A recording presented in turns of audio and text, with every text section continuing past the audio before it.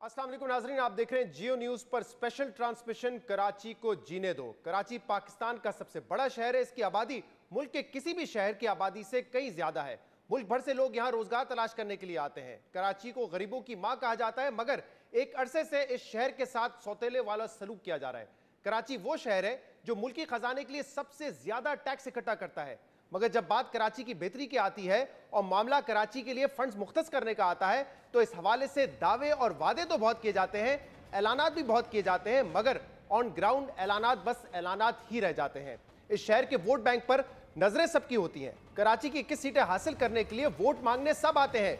Vote मिलने से पहले सियासी जमातें कराची को मिसाली शहर बनाने के दावे करती हैं, मगर वोट मिलने के बाद इख्तियारात ना होने का रोना रोया जाता है। वसाइल की कमी के शिकवे किए जाते हैं और कानूनी पेचीदगियों की तरक्की ना होने की वजह बताई जाती है। कराची की 3 बुनियादी और अहम तरीन मसाइल साफ पानी की अदम फराहमी, ट्रांसपोर्ट का नाकिस निज़ाम और सड़कें मोहल्लों से ख़त्म ना होने वाला कचरा है। और ये वो मसाइल है जो साल साल से मौजूद हैं। इन मसाइल पर काबू कैसे पाया जाए, अब तक कोई हुकूमत इसका तोड़ निकालने में कामयाब नहीं हो सकी है। हुकूमतों की नाअहली और नाकिस हिकमत अमली एक तरफ, मगर समझने की बात यह भी है कि इन मसाइल से छुटकारा हासिल करने की जिम्मेदारी किसी एक फर्द, इदारे या हुकूमत पर नहीं डाली जा सकती। इस शहर को ठीक करने के लिए तमाम स्टेक होल्डर्स को साथ मिलकर बैठना होगा, चाहे वो वफाकी हुकूमत हो, सूबाई या शहरी हुकूमत हो, या फिर यहाँ बसने वाले शहरी हो। कराची का सबसे बड़ा मसला पानी की किल्लत का है और साफ पानी की अदम फराहमी का है। एक अंदाजे के मुताबिक कराची के तकरीबन आधी आबादी साफ पानी के पीने से महरूम है। कराची का एक और अहम मसला ट्रांसपोर्ट का है। दुनिया के किसी भी बड़े मेट्रोपॉलिटन शहर में एक मजबूत ट्रैफिक का निज़ाम होता है, मगर यह बड़ी बदकिस्मती की बात है कि कराची जैसे शहर में पब्लिक ट्रांसपोर्ट का कोई सरकारी निज़ाम नहीं है। लाहौर, रावलपिंडी, इस्लामाबाद, मुल्तान में मेट्रो बस चलती रही है, मगर कराची के शहरी आज भी दिहाइयों पुरानी बस में सफर करने पर मजबूर है। कराची का एक और बड़ा मसला जिस पर आजकल सबकी नजरें हैं, मगर इस मसले का हल किसी के पास नहीं, वो है कराची का ना खत्म होने वाला कचरा। शहर में अंदाजे के मुताबिक 13 से 14 हजार टन कचरा यौमिया पैदा होता है, जिसमें से सिर्फ 7 से 8 हजार टन कचरा उठाया जाता है और बाकी कचरा शहरियों की अजियत के लिए सड़कों, मोहल्लों और मैदानों में ही रह जाता है। कराची में कचरे का मसला दिहाइयों पुराना है। इस अरसे में दुनिया चांद और मार्स में पहुंच गई, मगर हम आज तक ये हल नहीं कर सके कि कराची में कचरा कैसे उठाना है, कराची को कचरे से साफ कैसे करना है। इस हवाले से पिछली 3 दिहाइयों में कराची की सफाई के लिए दर्जन के करीब बड़ी सफाई मुहिम चलाई गई है, मगर हर सफाई मुहिम बुरी तरह नाकाम हो जाती है। इतनी दिहाइयों से दर्जन के करीब सफाई मुहिम हो चुकी हैं, लेकिन कोई मुस्बत असरात इसके कराची में नजर नहीं आए। कचरा जू का तू पड़ा रहता है। 1989 में इसका आगाज MQM ने हफ्तावार सफाई मुहिम से किया था और उसके बाद से हम देख चुके हैं कि हर जमात जब भी इक़्तिदार में आती है या हुकूमत में आती है तो वो सफाई मुहिम का आगाज करती है। अगर रिसेंट पास्ट में ही देख लें तो 2016 में MQM ने 2 मरतबा सफाई मुहिम का आगाज़ किया था। एक मुहिम 1 हफ्ता चल सकी और इसके अलावा 2016 दिसंबर में मेयर वसीम अख्तर ने जब मुहिम का आगाज़ किया था, कहा था कि 100 रोज़ में कराची का कचरा साफ करेंगे, कुछ नहीं हुआ। हमने देखा कि पिछले साल जो साबिक chief justice of Pakistan Saqib Nisar साहब थे, उन्होंने कहा कि 1 हफ्ते में कराची मुझे साफ चाहिए, उसके बाद भी कुछ नहीं हुआ। और अभी रिसेंटली हमने देखा था कि तहरीक इंसाफ के रहनुमा अली जैदी साहब ने ये इनिशिएटिव लिया कि हम कराची को साफ करेंगे, कराची के बड़े नाले साफ करेंगे। लेकिन हम देख रहे हैं कि इस कैंपेन से भी कराची का मसला हल नहीं हुआ, क्योंकि जो कचरा उन्होंने नालों से निकाला या कराची के दीगर इलाकों से उठाया, वो कराची के किसी और इलाके में जाके डंप कर दिया गया। लैंडफिल साइट तक वो नहीं पहुंचा, जिससे मसाइल में इजाफा हुआ है और कराची के अवाम इससे परेशान है। अब वजह यह है कि इन मुहिम का आगाज़ शायद इसलिए किया जाता है कि आपको मीडिया कवरेज चाहिए होती है या मीडिया की तवज्जो चाहिए होती है, या शायद इससे आपको वोट मिल जाता है, लेकिन ये मुस्तकिल हल नहीं है कराची को कचरे से साफ करने का। इसके लिए बाकायदा आपको एक प्रोसेस बनाना पड़ेगा, एक मैकेनिज्म होगा जो कि डेली बेसिस पर हफ्तों, दिनों, महीनों तक आपको इसको इंप्लीमेंट करना पड़ेगा, तब जाके ये मसला हल होगा। लेकिन बदकिस्मती की बात यह है कि सूबाई हुकूमत हो या लोकल गवर्नमेंट हो, इस मसले को हल करने में अब तक नाकाम रहे। और ये कराची का जो कचरे का मसला है, ये एक ऐसा मसला है जिसमें अवाम को भी बढ़कर अपनी जो इखलाकी जिम्मेदारी है उसको पूरा करना पड़ेगा। अगर आप कूड़ा कचरा फेंकेंगे तो कल आपके बच्चों की सेहत उससे मुतासिर होगी, आपको एक कॉस्ट पे करना पड़ेगी उसकी, तो ये जिम्मेदारी आपकी भी होती है।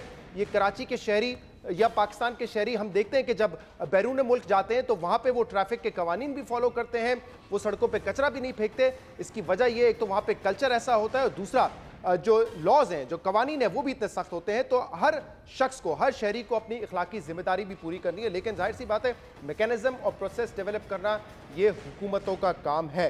अब तक कराची के जो बुनियादी मसाइल हैं वो हल क्यों नहीं हुए? क्या उसकी वजह यह है कि जो जमात शहर से वोट लेती है, शहर कराची से वोट लेती है, वो सिंध हुकूमत नहीं बना सकती, और जो जमात सिंध में हुकूमत बनाती है यानी कि पीपल्स पार्टी, उसका शायद जो वोट बैंक कराची में है वो महदूद है। क्या ये वजह है या वजह करप्शन और नाअहली है, और सोल्यूशन क्या है? आज इस पर हम इस स्पेशल ट्रांसमिशन में बात करेंगे। जो सियासी स्टेक होल्डर्स हैं कराची के, वो आज हमारे साथ पैनल पर मौजूद होंगे। हमें ज्वाइन कर रहे हैं पाकिस्तान तहरीक इंसाफ से आलमगीर के मेंबर नेशनल असेंबली है पाकिस्तान तहरीक इंसाफ के।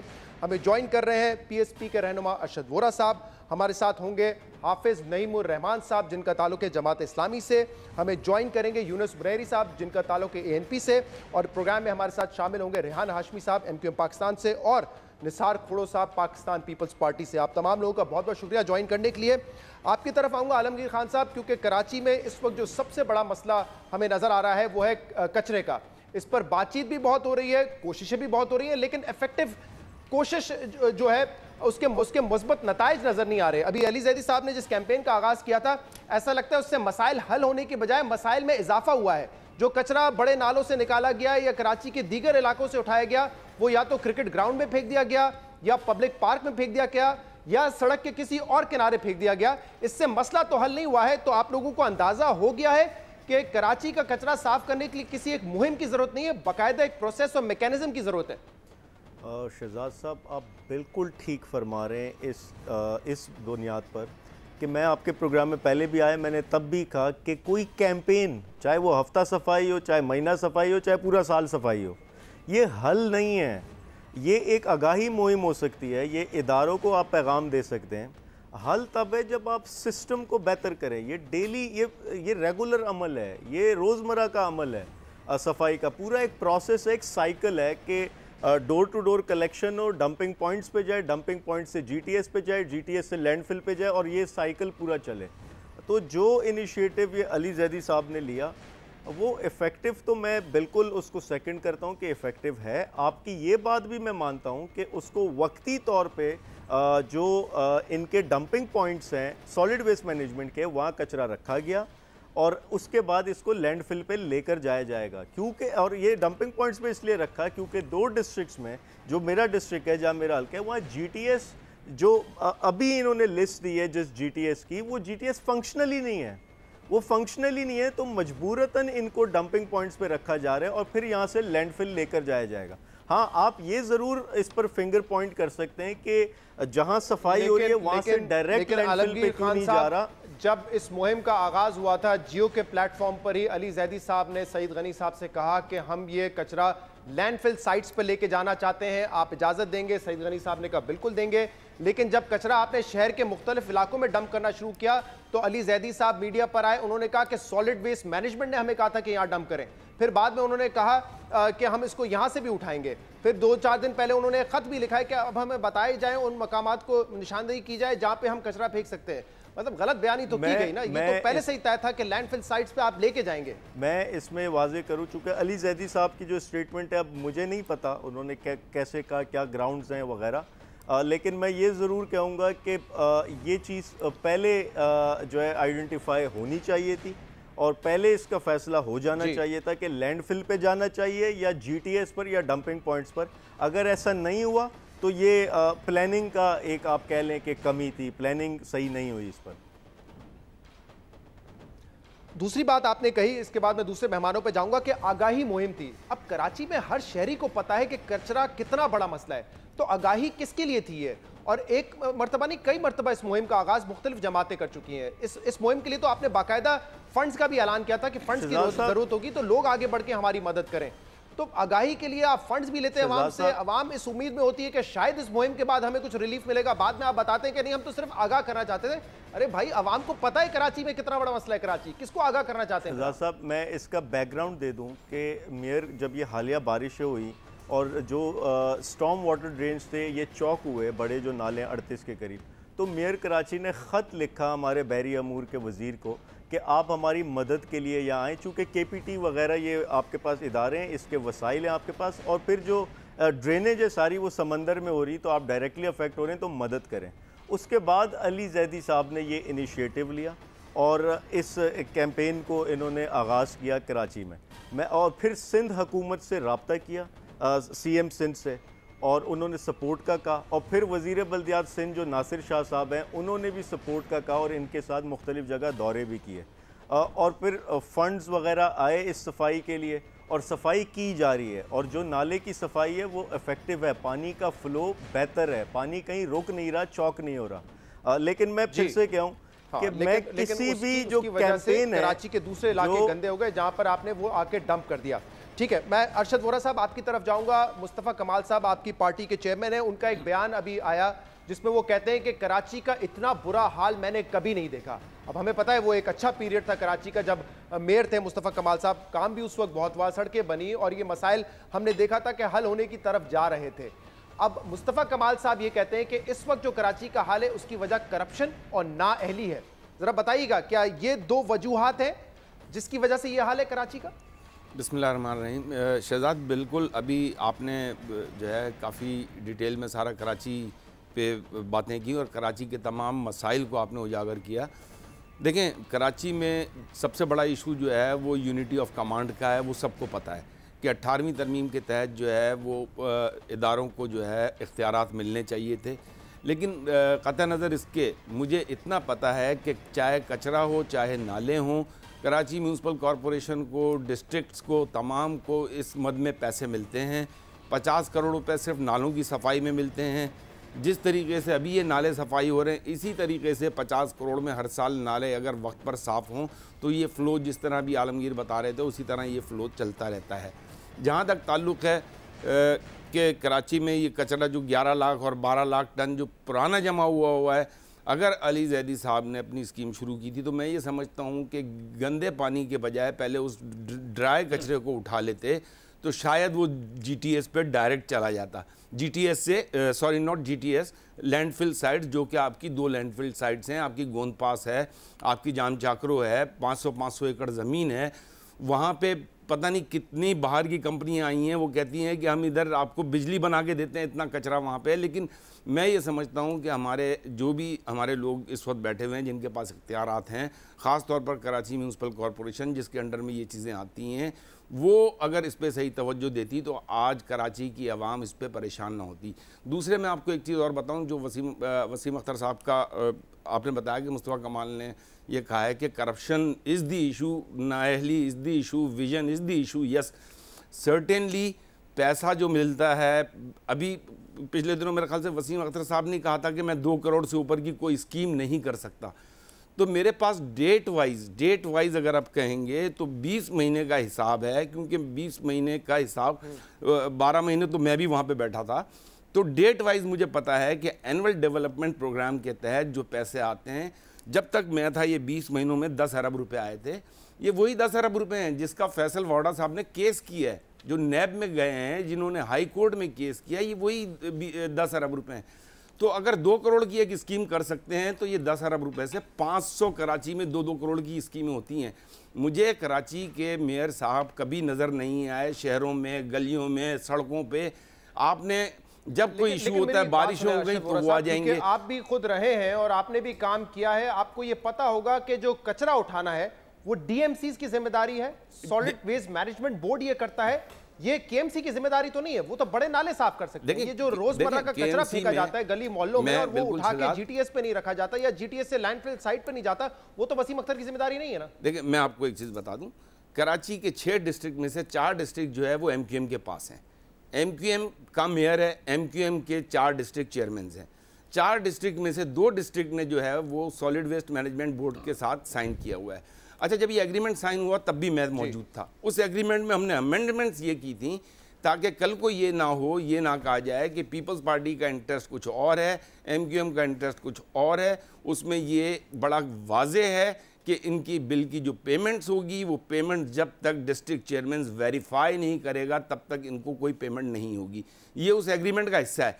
तो अब जिम्मेदारी तो फिर उस डिस्ट्रिक्ट चेयरमैन पे आई ना कि अगर कचरा Sindh solid waste management board नहीं उठा रहा तो फिर डिस्ट्रिक्ट चेयरमैन ने उसकी अप्रूवल कैसे दी कि उसको ये पेमेंट की जाए। ये उस एग्रीमेंट का हिस्सा है। तो आपके पास 4 डिस्ट्रिक्ट हैं, अगर 4 डिस्ट्रिक्ट में MQM है और वो नहीं कचरा वहाँ से सही उठ रहा, तो फिर मेयर उस MQM की राब्ता कमेटी में डिप्टी कन्वीनियर हैं, तो फिर इनडायरेक्टली और डायरेक्टली ये जिम्मेदारी उनकी बनती है। जो है DMCs उनके चेयरमैन MQM से ताल्लुक रखते हैं। हाफिज नईम उर रहमान साहब, अब लाहौर में हमने देखा एक वेस्ट मैनेजमेंट कंपनी है, 2010 से उन्होंने ठेका दिया हुआ है 2 कंपनीज को, डोर टू डोर कचरा उठाते हैं, गली मोहल्लों को साफ करते हैं, कचरा GTS साइट पर जाता है, वहां से एक लैंडफिल साइट है लाहौर में, उसमें जाके डंप कर दिया जाता है। क्या कराची का सिस्टम बड़ा कॉम्प्लेक्स है कि 3 DMCs हैं जो अपना कचरा खुद उठाती हैं, 3 DMCs अब ऐसी हैं जिनका कचरा सिंध वेस्ट मैनेजमेंट बोर्ड जो है वो उठाता है, और फिर KMC जो है उसको नाले, जो बड़े नाले हैं वो साफ करने की जिम्मेदारी उनके पास है, दूसरा कचरा साफ करने की जिम्मेदारी उनके पास नहीं है। तो क्या इसको एक हेड के अंदर करने की जरूरत है, क्योंकि ये डिवाइडेड है इसलिए मसला पैदा हो रहा है आपके ख्याल में? देखें, ये तो बिल्कुल सही है कि यूनिटी ऑफ कमांड होनी चाहिए, लेकिन मसला सिर्फ इतना सा नहीं है, मसला है ओनरशिप का। अब प्रॉब्लम ये हो गई है कि हमारी जो पार्टियां ना अपनी नाअहली है, करप्शन है, सब कुछ है, लेकिन चाहते ये हैं कि मीडिया के ज़रिए से बस अपनी प्रेजेंस शो करें और हर चीज़ सोशल मीडिया पे करना चाहते हैं, हर चीज़ इलेक्ट्रॉनिक मीडिया पे करना चाहते हैं, एक दूसरे पे ब्लेम देते हैं। मैं जमात इस्लामी से ताल्लुक़ रखता हूँ और इस शहर में जमात इस्लामी के 3 मरतबा मेयर हैं।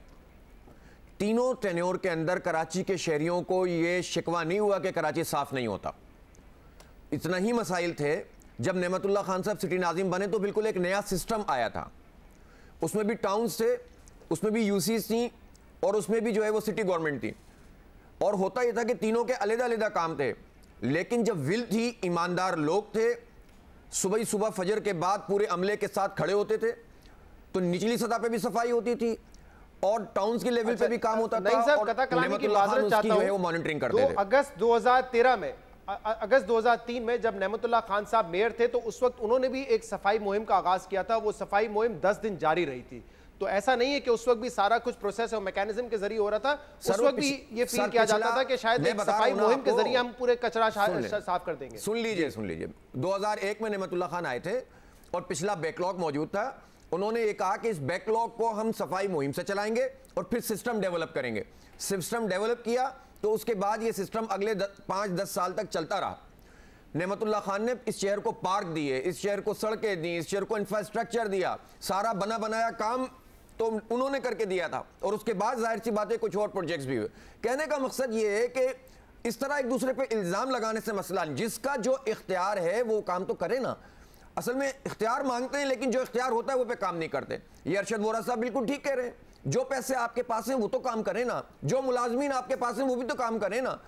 अब ये रेहान भाई से आप पूछिएगा, 9-10 हज़ार तो इनका अमला है, KMC का अमला, एक डिस्ट्रिक्ट के ये जो है वो चेयरमैन हैं, तो आप बताएं कि जो पूरे KMC के मुलाजमीन हैं और सिंध सॉलिड वेस्ट मैनेजमेंट के मुलाजमीन हैं और फिर इनकी आपस में सिंक्रोनाइजेशन है, अगर प्राइवेटाइज किया गया है तो डिस्ट्रिक्ट के कंसेंट से किया गया है। जब उसके कंसेंट से प्राइवेटाइज किया गया है तो फिर काम क्यों नहीं हो रहा है? तो कहने का मकसद ये है कि अभी अच्छा, अब आप आइए अली जैदी साहब। अली जैदी साहब को पता क्या है कि कराची का प्रॉब्लम क्या है। कराची में तो वो रहते भी नहीं थे, अब वो आए हैं तो डिफेंस में रहते हैं, अच्छी बात है, उन्हें कराची का हिस्सा है डिफेंस। वो जिन नालों की वो बात कर रहे हैं, जरा जाकर देखें तो सही वहां पे सिचुएशन क्या है। हम गुजरते हैं वहां से, पूरा शहर में मक्खियां बिन बिना रही हैं, गीला कचरा पड़ा हुआ है। ये कचरा सिर्फ निकालना नहीं होता नालों में से, बल्कि जाकर लैंडफिल साइड में फेंकना भी होता है। तो आपके ख्याल में इस वक्त सिर्फ पॉलिटिकल विल की जरूरत है, और जिसके पास जो इख्तियारात हैं वो अपना काम कर ले तो ये मसला हल हो सकता है। कोई प्रोसेस या मैकेनिज्म बदलने की जरूरत नहीं है, कोई ऐसी अम्ब्रेला की जरूरत नहीं है कि उसके तहत तमाम इदारे हों, सिस्टम भी ठीक करें जी। तो ये है वो मसला। ठीक है, निसार खोड़ साहब भी हमारे साथ मौजूद हैं। और सोशल मीडिया पे कैंपेन ना चलाएं। निसार खोड़ साहब, बहुत बहुत शुक्रिया, आपने हमें ज्वाइन किया। माशाल्लाह 11 साल से अब सिंध में पाकिस्तान पीपल्स पार्टी की हुकूमत है। ये बड़ा अरसा होता है किसी भी हुकूमत के लिए कि 11 साल में वो जो बुनियादी मसाइल हैं उनको हल कर सके, लेकिन आपकी हुकूमत ये करने में नाकाम रही है। क्या वजह है इसकी? जनाब अली, आपने थोक दिया कि जी 11 साल से हुकूमत में है। ये अगर कराची के मसाइल की बात कर रहे हो तो कराची में एक लोकल बॉडी सिस्टम काम करता था। ये 2001 से काम करा था, 2009 तक काम करता रहा। 4 साल हिस्सा जमात इस्लामी के हिस्से में आया, 4 साल एमक्यूएम के हिस्से में आया। और उस वक़्त एमक्यूएम दिलदादा थी हुकूमत की, वफाकी हुकूमत की, जो बिला हिसाब किताब के फंडिंग उनको मिल रही थी। और मुसलसल 4 साल वो काम किए, जमात इस्लामी ने काम किया होगा, काम किया होगा। जैसे उन्होंने कहा, नईम साहब ने कहा कि जी हमारे उस दौर में हमने ये रोडें बनाई, ये बनाई, ये बनाई, तो थोड़ा सा मुझे भी कहने दें कि ये रोडों की जो प्लानिंग है वो तो 1993 से पड़ी हुई थी। 93 में हमने पीपल्स पार्टी ने कुछ सोचा था कि ये होना चाहिए, ये होना चाहिए, ये होना चाहिए। कुछ हमने शुरुआतें की, कुछ को हम मुकम्मल कर सके, कुछ को नहीं मुकम्मल कर सके हुकूमत न होने की वजह से। ये देखें ना, पुरानी बातें करते करते भले गुजर जाए, टाइम गुजर जाएगा, 2 घंटे भी गुजर जाएंगे आपके। मैं तो सवाल करता हूँ कि जो पिछले मैंने कुछ नहीं किया, ठीक है, लेकिन अगर फंडिंग की प्रॉब्लम नहीं थी तो जो वेस्ट मैनेजमेंट का जो किस्सा था, जो कह रहे थे कि जी कराची में वेस्ट मैनेजमेंट की स्कीम होनी चाहिए, वो इन 9 सालों में नहीं हो सकी, जबकि उनके पास फंडिंग का भी कोई प्रॉब्लम नहीं था। वेस्ट मैनेजमेंट की बातें नहीं हो सकी, कचरा उठा के कहीं ना कहीं डंप किया गया होगा, लैंडफिल साइट्स हुई होंगी, वहाँ बदबू होगी, सब कुछ होगा। लेकिन वेस्ट मैनेजमेंट की अगर कोई स्कीम शुरू हो जाती, माजरत के साथ एमक्यूएम के दोस्तों के साथ भी यही सवाल है कि 4 साल में वो क्या करते रहे। ठीक है, कुछ रोड बनी होंगी, कोई ओवर पासेस बनी होंगी, कोई अंडर पासेस बनी होंगी, लेकिन मैं बात सुन ले, आप सुन ले, बात काटेंगे। अगर आप कोई स्कीम नहीं शुरू कर सके तो वो आपकी नाकामी है ना, किसी और की तो नहीं है। बात काटेंगे तो मैं जवाब नहीं दूंगा। मेरी बात पूरी सुन लें, उसके बाद आप बात करें। चलो 2009 में लोकल बॉडी का सिस्टम नहीं रहा, एडमिनिस्ट्रेटर्स आ गए, सरकार ने मुकर्रर किए, शिकायतें रहीं। उसके बाद एक लोकल बॉडी का सिस्टम आया, वो 2014 में आया हो, 2015 में आया हो। हमने उसको और डिसेंट्रलाइज किया। पहले 4 ज़िले थे, हमने उसको 6 ज़िले किए, 6 कॉरपोरेशंस बनाई।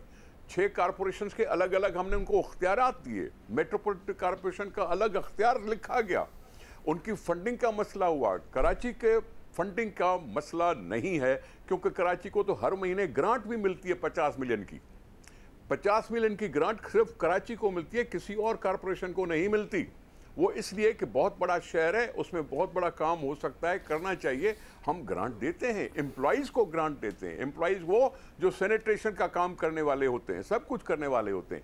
बात है काम करवाने की। जैसे हाफिज नईम साहब ने कहा कि अगर आप करना चाहते हैं तो फंडिंग अवेलेबल है, अख्तियारात अवेलेबल हैं, अख्तियारात को इस्तेमाल करो तो ये काम हो सकता है। 4 कॉरपोरेशन अभी हमारे पास नहीं है, पीपल्स पार्टी के पास नहीं है। अब निसार थोड़ा सा मेरी बात का जवाब दीजिएगा। सॉलिड वेस्ट मैनेजमेंट बोर्ड जो कि सिंध हुकूमत के मातहत है, पहले ये काम जो है वो टाउन्स करते थे और मेयर कराची करते थे, अब ये आपने अपने जिम्मे ले लिया है। 4 अजला है जहां पे आप लोगों ने कॉन्ट्रैक्ट दिया हुआ है चाइनीज कंपनी को, यानी कि सॉलिड वेस्ट मैनेजमेंट ने।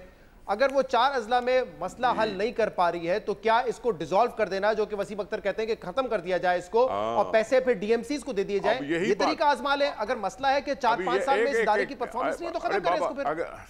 सर अगर आपने बात करनी है तो मैं क्या बात करूंगा? हमने क्या एफर्ट नहीं? सवाल तो मुकम्मल होने देना। बात मैंने आपकी तसल्ली से सुनी, आप भी मेरा सवाल तो मुकम्मल होने दें। तो सुन कर लिया ना आपने सवाल, आपने सवाल कर लिया था, इसलिए मैंने कहा। बात यह है कि क्या इसको 4 इजला को अगर हमने आउटसोर्स करके किसी और को कॉन्ट्रैक्ट दिया तो क्या इसको एफर्ट क्यों नहीं समझा जाता? ये हमने किया इसलिए कि जी लोकल जो सैनिटेशन वाला स्टाफ था उस पर इल्ज़ाम तराशी होती थी कि काम नहीं किया जाता, काम नहीं लिया जा सकता, उनसे काम नहीं लिया जा रहा। तो चलो जी, हमने कहा कि भाई ठीक है, हम आउटसोर्स कर देते हैं, वो किसी और कंपनी को बुला लेते हैं, चाहे फॉरेन कंपनी हो चाहे लोकल कंपनी। आपको याद है बहरिया टाउन ने खुद कहा था कि जी मैं सफाई करूंगा, एक ज़िले की शुरू की थी। ये एफर्ट हैं, जो एफर्ट हैं इसलिए कि कराची साफ हो सके। ये एफर्ट होते हैं, जैसे अली जैदी साहब आज कर रहे हैं, ये एफर्ट है।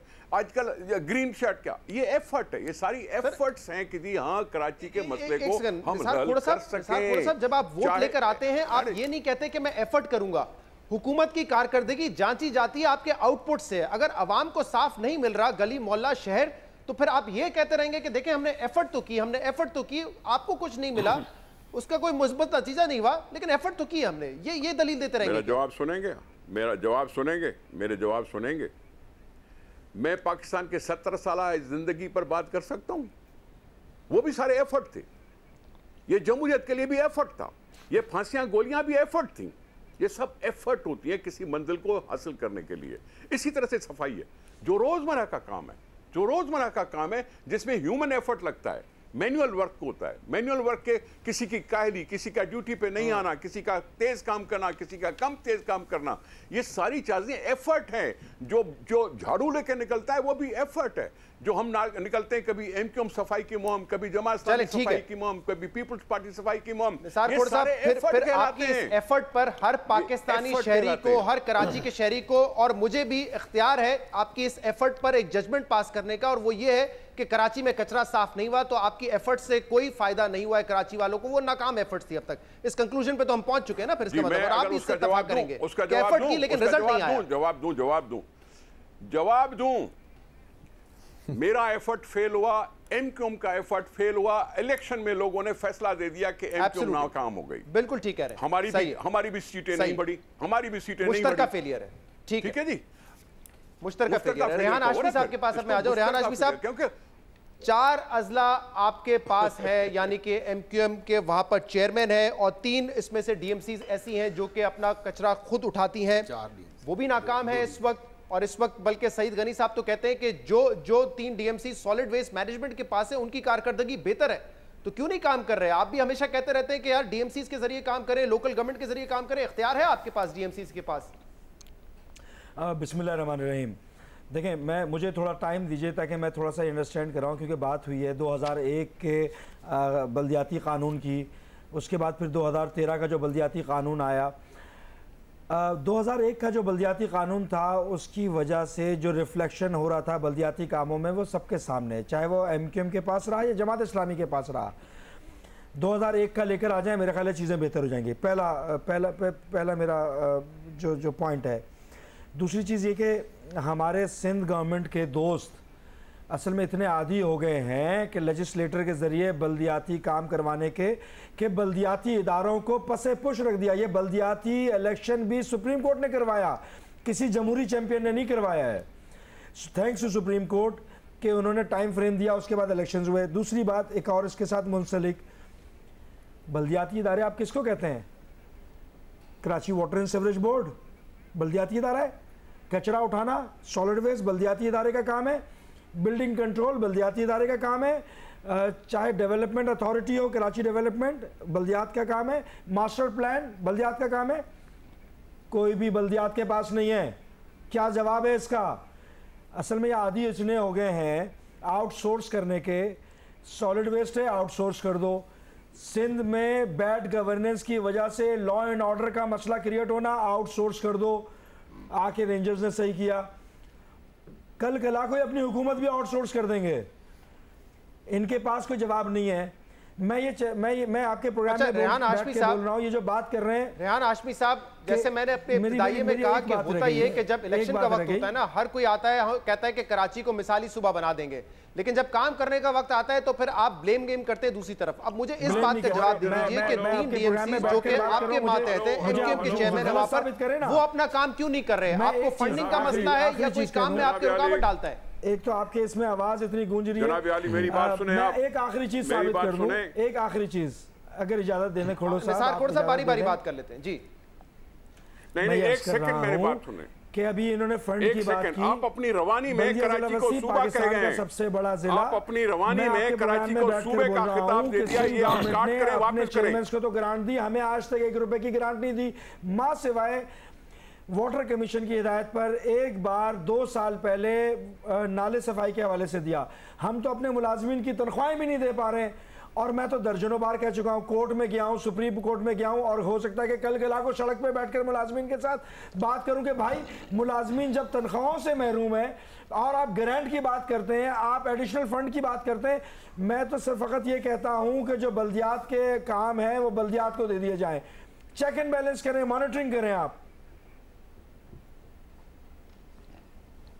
तो आप कह रहे हैं कि डीएमसी के पास इख्तियार है, फंडिंग नहीं है। निसार खोड़ा साहब, आप अपनी बात भी कर लीजिए और ये भी बता दीजिए कि क्या डीएमसी को फंडिंग नहीं दी जा रही, क्योंकि वो कह रहे हैं इख्तियार है हमारे पास, फंडिंग का मसला है। नहीं, देखिए इख्तियार जनाब, किस चीज़ का अगर है? चार इख्तियार इजलास भी नहीं है, कचरा फेंकने वाले एक को सेकंड। कुछ नहीं कर सकते। मेरी बात सुन ले जनाब, रेहान हाशमी साहब, दूसरे दोस्तों, मेरी बात सुन लो। अख्तियारात लिखे हुए कानून में, आप पढ़ लो। जिसको फंडिंग नहीं मिलती उसकी शिकायत हमारे सामने आनी चाहिए। वो कोई शिकायत सामने इस तरह से नहीं आई जिस तरह से कराची मेट्रोपॉलिटन कॉरपोरेशन के मेयर की शिकायत आती है। मेयर के अलग से अख्तियार आते हैं जिस पे वो काम कर सकता है। डीएमसी जो हैं वो अपना काम करती हैं, लेकिन जब सफाई वफाई की बात हो रही तो आज सफाई पे बात करो ना। अख्तियारात जो लिखे हुए कानून में लिखे हुए हैं, किसने कानून पास किया? असेंबली ने कानून पास किया। ये कलेक्टिव विजडम है, कलेक्टिव विजडम को तो मानना पड़ता ही पड़ता है। जमहूरियत है तो फिर ये मानना पड़ता ही पड़ता है। जो भी अख्तियारात हैं वो हर जगह लिखे हुए हैं और उनको उन पर काम करना चाहिए। मैं आपसे जो बात कर रहा था कि आपने अपनी गुफ्तगू की रवानी में कराची को सूबा कह दिया। आप मेहरबानी फरमाए इसको करेक्ट करें, इसको करेक्ट करें। ये आपकी रवानी हो गई, भले आप रिकॉर्डिंग चलाएं। आपने कराची को सूबे का दर्जा दे दिया, गलत की है बात, आपको ऐसी नहीं करनी चाहिए। ये रेहान हाशमी साहब की बात कर रहे हैं आप? नहीं, मैं आपकी बात कर रहा हूं। असल में इसी पे तो सियासत अच्छा, चल मेरी रही है बात सारी। करें, अगर मैंने कराची को कि सूबा ये कह दिया, आप लफ्ज़ कह रहे हैं कि क्यों मुझे नहीं कह पता दिया, रवानी में कह दिया तो भाई गलत का। काम करने कराची दो, एक शहर है, काम लेकिन करो और इस काम पे करने आपको दो, ये ये कहना हमें का किन मसला चीज़ों बना सूबा दिया मत कहो ना, जी। सूबा मत करो, सूबा मत कहो, सूबा नहीं हुआ अभी। ठीक है, लेकिन अगर कोई ये बहस साहब ठीक है, आप सही कह रहे हैं, फैक्चुअली बात गलत है, लेकिन यहाँ पे ये रवैया भी नहीं होना चाहिए कि अगर कोई ये बात करे जो कि इस वक्त नहीं हुई है कि कराची को अलग सूबा बनाया जाए तो उस पर आप एक पूरी कैंपेन खड़ी कर दे कि सिंध को तोड़ने की बात कैसे कर दी। इस तरफ ना लेके जाइएगा इसको प्लीज, खुदा के वास्ते। ब्रेक के बाद यूनुस बुनैरी साहब से जरा हम बात करेंगे इस कचरे के मसले पे। और इस आपने कहा, ठीक है, मैंने कह दिया कि अगर फैक्चुअली मैंने कहा है तो वो गलत का है, लेकिन मैं इस बहस से दूर नहीं भाग सकता कि अगर कोई जमात ये प्रपोजल लाती है कि क्या कराची को या किसी और शहर को सूबा बनना चाहिए तो उस बहस से भी मैं नहीं भागूंगा। उस पर बहस होनी चाहिए मेरे ख्याल से। जब तक बनेगा ब्रेक के नहीं बाद तब मजीद तक बात आप नहीं कह सकते।